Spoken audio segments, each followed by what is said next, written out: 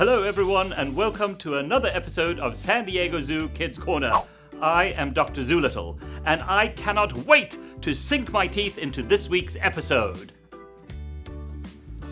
Roberta, that's your cue to make your entrance, please, when I say I cannot wait to sink my teeth into this week's episode. I'll give you your cue again. I cannot wait to sink my teeth into this week's episode. Roberta, our group is waiting for you. If you could make your entrance, please. Are you hiding for some reason? Shh! Quiet, Dr. Z! Can you hear that? Oh, I know they're close by.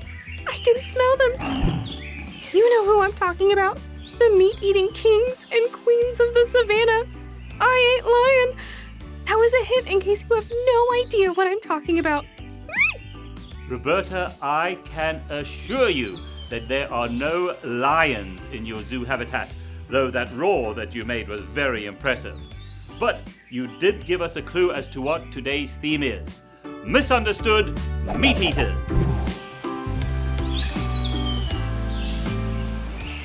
This week's episode is going to be extraordinary. I cannot wait to share my tales with you. So buckle up, because we're about to bring the zoo to you.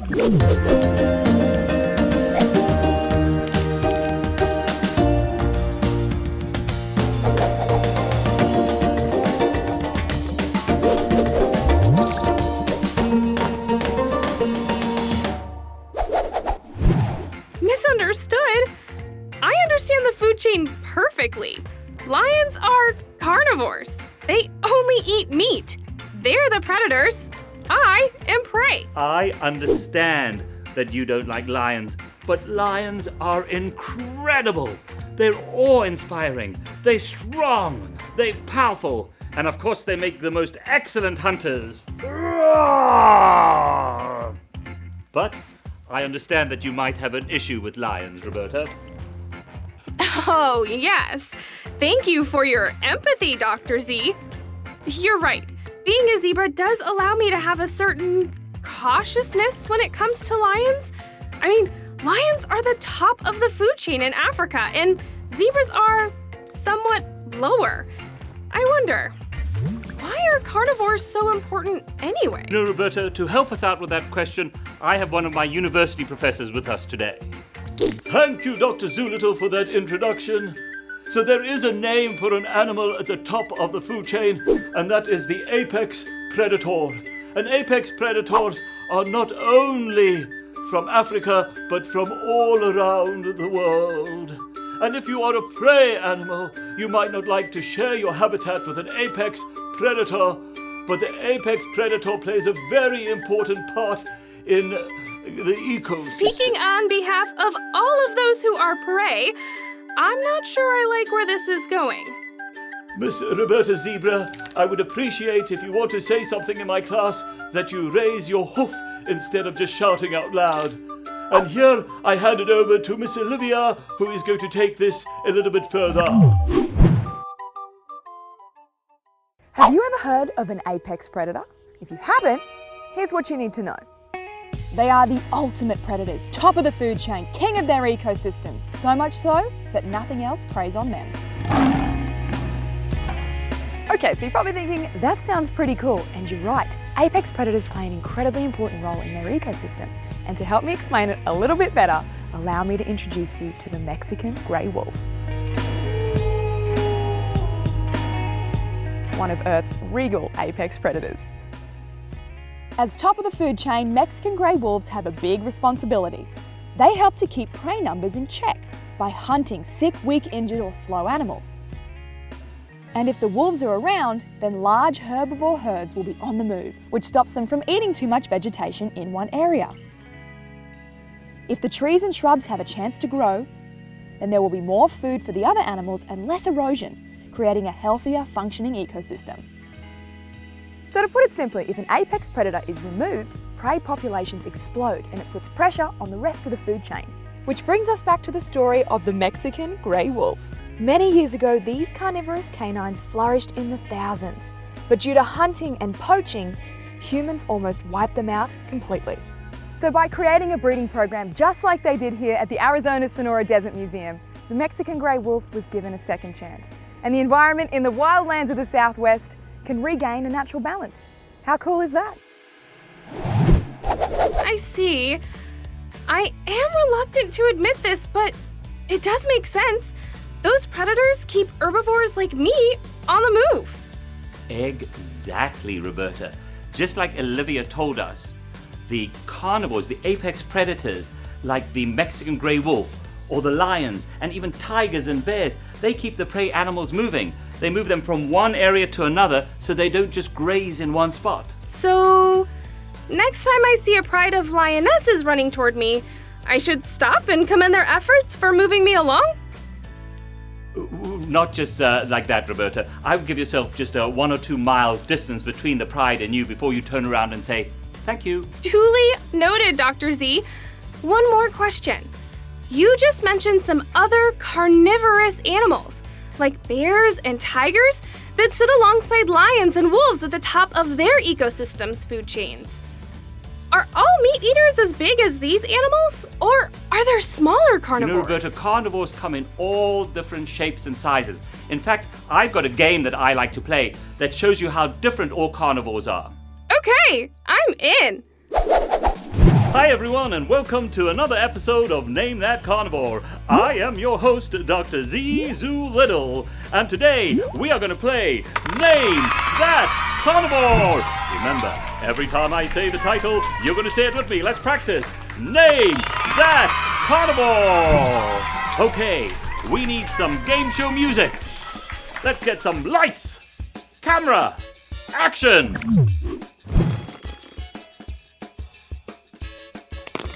Are you ready for our first carnivore? Carnivore number 1.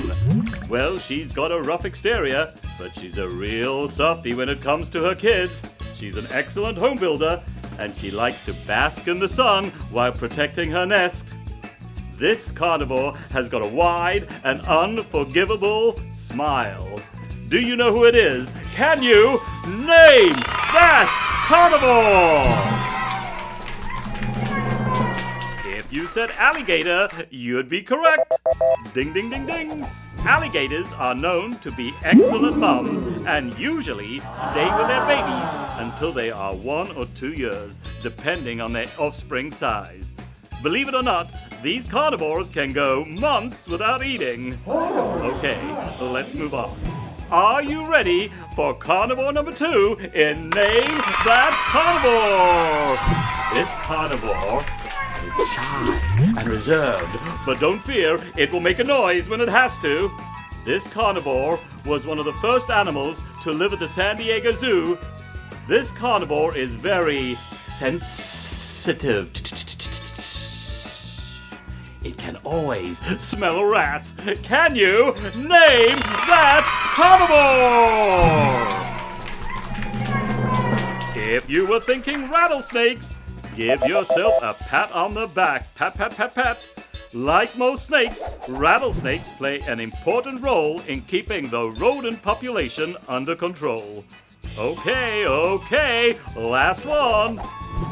Are you ready for carnivore number 3? This carnivore has got an alias, Thunderbird. And this social thrill seeker likes to fly high above the rest. And this carnivore will always hang out on the edge of a cliff, that is. Can you name that carnivore? If you guessed California condor, you are correct. These majestic birds are a specialized type of carnivore that only eat carrion, which is a fancy name for animals that are already dead. Ew. That was really fun. And now I can see that there's a lot I can still learn about carnivores. I never realized that while condors are carnivores, they aren't actually predators. You're absolutely correct, Roberta. Vultures don't hunt their prey like other carnivores. They prefer food that is, well, not so fresh. I prefer not to eat carrion, Roberta. A few fresh blades of grass sounds ideal to me, but eating already dead animals might actually be an important job in nature. I know vultures don't have the best reputation, and, well, they've got a face only a mother could love. They sound like they could be misunderstood meat eaters too. My friend Michelle from San Diego Zoo Kids, she went to North Carolina where she met up with some vultures. And she's got the truth on why these carnivores are valuable and quite resourceful. Vultures tend to be portrayed as evil, menacing, and solitary creatures, and that might have something to do with their striking appearance. Although this bird probably won't win a beauty pageant anytime soon, they're not as vile as you'd think.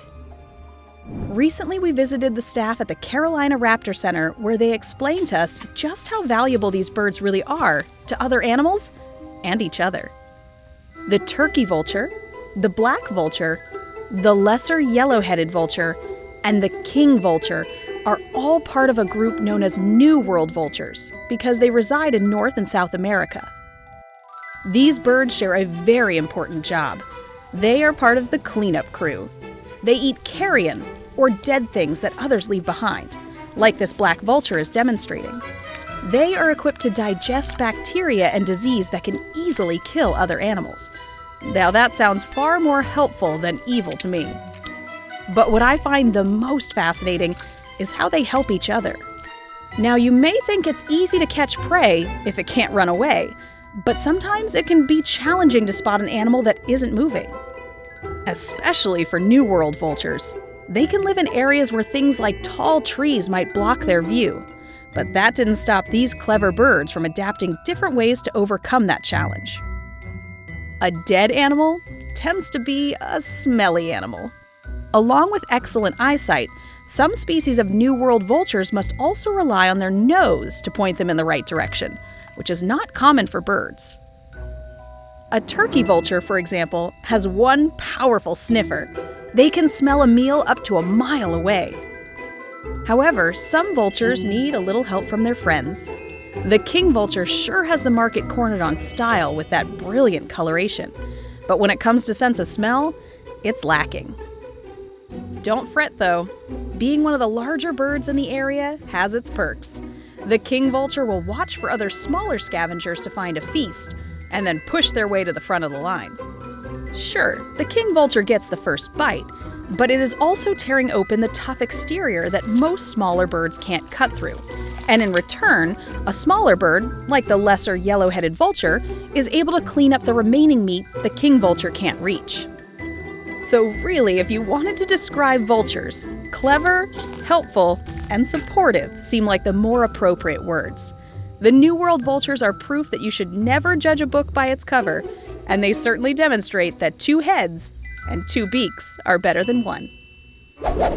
That's pretty good advice, Michelle. Don't judge a book by its cover. But I've got one for you. Can you judge a poop by its smell? Okay, I have to admit, Roberta, that I wasn't expecting that kind of question, but okay. I'm not going to judge. I'm just going to say, let's keep going with it. What exactly do you mean, Roberta? Bear with me, Dr. Z. I promise I have a point here. So all this talk about meat eaters really got me thinking. What goes in must come out, right? Carnivores eat meat, and herbivores eat plants. So would an herbivore's poop smell better than a carnivore's? Oh, that is a very good scientific question, Roberta. Finally, I understand your point. Well, I'm not one that exactly goes around smelling poop wherever I go, Roberta. I'm just going to let you know that right now. But I know 3 people who might be up for the challenge, and they are not going to cause a stink about it. Okay, to investigate Roberta's question, we have got an excrement experiment. I sent 2 bottles of poop to my siblings. One of the bottles had koala poop, an herbivore. One of the bottles had lion poop, a carnivore. And we're going to have them smell the different poops and see if they can tell which one's an herbivore and which one's a carnivore. Without telling them what's in the bottles, I asked them first to smell the koala poop. Hello, Dr. R. Zoolittle here. Now, my brother has sent 2 bottles in the mail, and he wants me to smell them in a specific order. I don't trust my brother, so this is what I'm going to do. I brought my assistant, Maisie, with me today. How are you doing, Maisie? Okay. All right, and she is going to smell one of the bottles, and if she gets by that, then I'll smell the other one. All right, so Maisie, which one do you want? Do you want the blue one or the white one? White one. In that case, you get the blue one. All right, go ahead and open it up, and then give it a sniff. All right, slowly smell it. Smells good. Presents for my brother! Oh, goody. Oh, with the smells. Here we go. Oh, that's invigorating. Oh, I just love it. Oh, that is so delightful. I am so excited because my dear brother has sent me 2 squeeze bottles filled with mystery contents. He has asked me to smell them both. Let's begin with bottle number 1. Let's see what we have here. Oh, that is lovely. That is delightful. It smells like eucalyptus. I wonder if there are eucalyptus leaves inside. You have got to be kidding me. Koalas only eat eucalyptus, so their poop is very fragrant. It smells exactly like eucalyptus. Next, I asked them to smell the carnivore poop. All right, well then I'll smell mine. This is fantastic. All right, here we go, brother, just for you. Oh! That's terrible! Did you know about this? Oh! It smells like poop. I don't care. It smells good.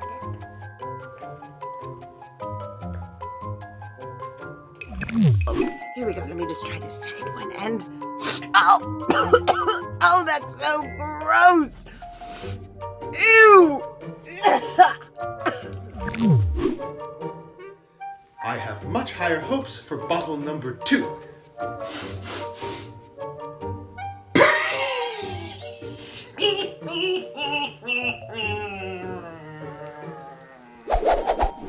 Oh, did you see that? The lion poop was a much stronger smelling poop over there. And did you notice how my sister smelt it once and then took a second whiff? She's the kind of person who smells something bad and takes a second sniff. Now, I don't want anyone going home and trying this experiment at home. I don't want anyone touching or playing with poop. You can get very sick if you touch or play with poop. That's why we always wash our hands after we go to the bathroom. Hygiene lessons from Dr. Zoolittle. I can't believe you sent your own sibling samples of animal poop. I've actually been inspired by your excrement experiment, and I've sent you something else, slightly less on the nose. I've made this special lion card. Yeah, I know I've come a long way from my fear of lions. I'm going to ask Olivia, who has opposable thumbs, to show you how to make it, just in case you'd like to send one back. Take it away, Olivia.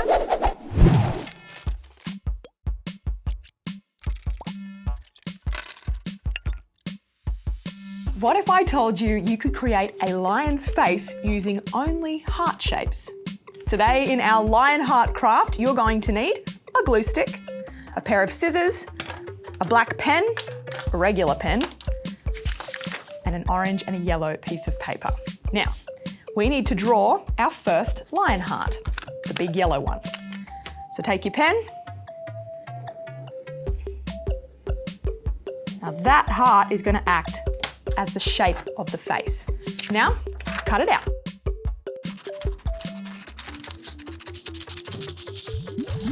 Now the next step is to make our lion's mane. Now you're going to need 5 orange hearts for this because they all connect at the back. 1, 2, 3, 4, 5. So try and draw your hearts about the same shape.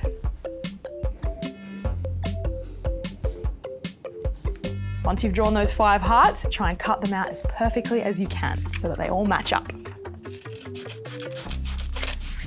All right, after you've cut out all of your hearts, my number 1 tip would be to place them before you stick the face on. So make sure that they all line up equally. And your face is going to go on upside down. I know it feels right to put the heart on like this, but flip it and it'll make sense later. That all works out. Time for some glue.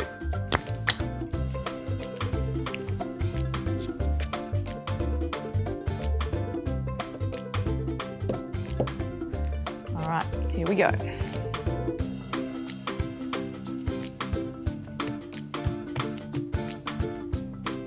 Now, if the edges are peeling up, just glue them down.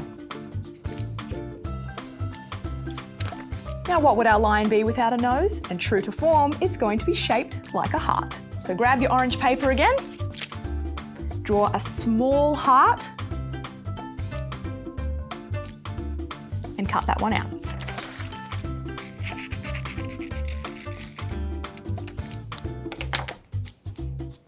Perfect. Looks good to me. Back to the glue.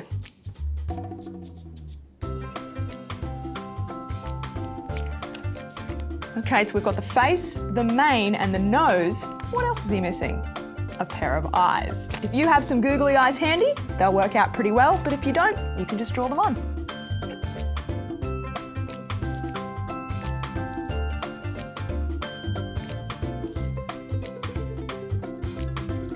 Now our last step is to grab a thick felt pen and draw on that mouth. And you can do some eyebrows too if you like. And there you have it, our lion heart.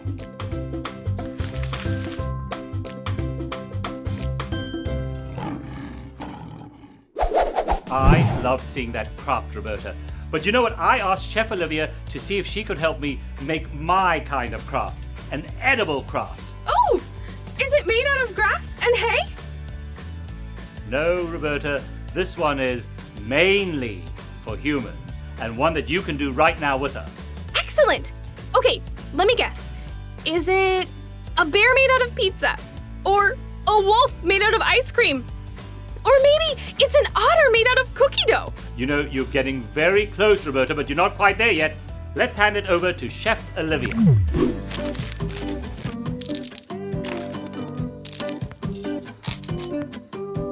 Today, I'm going to teach you guys how to make lion crackers. Now, all you're going to need is peanut butter, because that's going to be our glue that helps stick everything together. Crackers, you can use square ones or circular ones. Chocolate or sultanas or raisins. Rice sticks or pretzel sticks, and your traditional pretzel. All right, now our first step is to grab a butter knife. Now always check with a grown-up before you use any utensils, and get as much peanut butter as you can and smear it all over the cracker. Now you want to get that peanut butter as close to the edges as possible, because remember, the peanut butter is the glue that will help us in step 2. That's looking pretty good. Now use your rice crackers or pretzel sticks. Now you want to add them just around the edge so that they stick out like a lion's mane.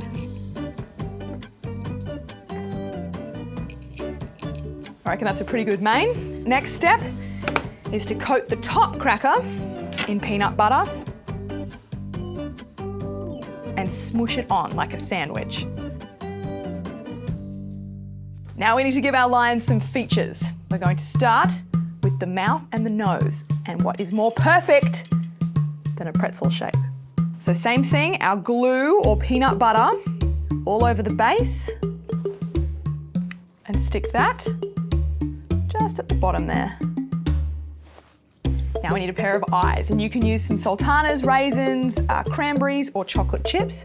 I'm going to use chocolate chips. And put your peanut butter on first. And stick them on. Now it's time for the nose, and I'm going to use a cranberry for the nose.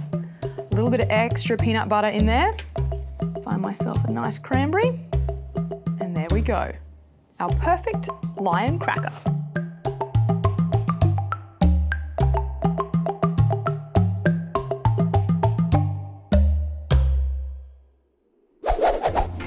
I made them right alongside Olivia, and they are delicious. Would you like to try some, Roberta? As much as I would love to be the world's first lion-eating zebra, I'll probably stick with my grass, Dr. Z. Thank you, though. That reminds me of a joke, actually. Why don't lions like fast food? Because they can't catch it. Oh, and Why do seagulls live by the sea? If they lived by the bay, they'd be bagels. Okay, Dr. Z. I've got one more. This one is from Eric S. in Springfield, Virginia. Ready? Why did the lion lose the game? Because he was playing a cheetah.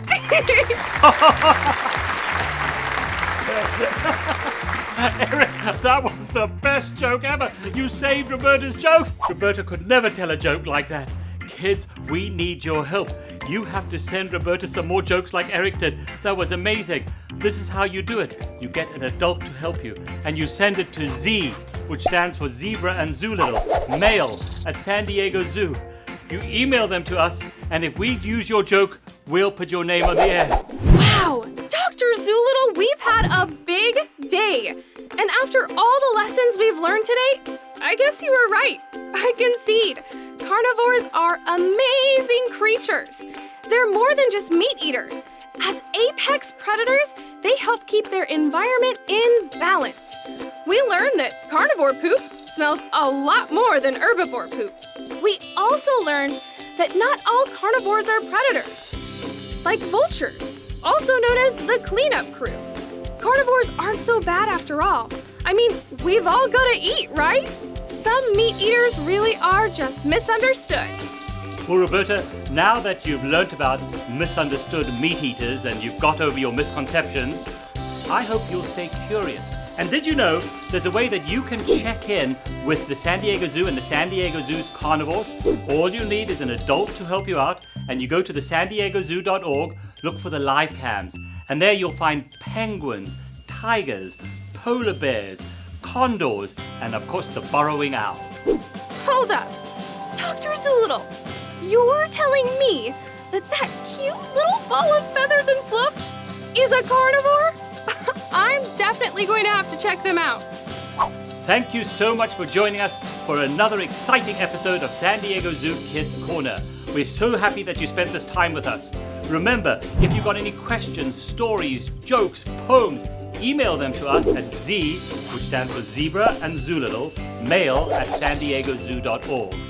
Get an adult to help you, and if we use your question, your story, your poem, your joke, we'll make sure to use your name as well. And you'll join us again when we explore and wonder about nature. In the meantime, stay curious, my friends, stay curious, and keep asking all those questions. See you soon.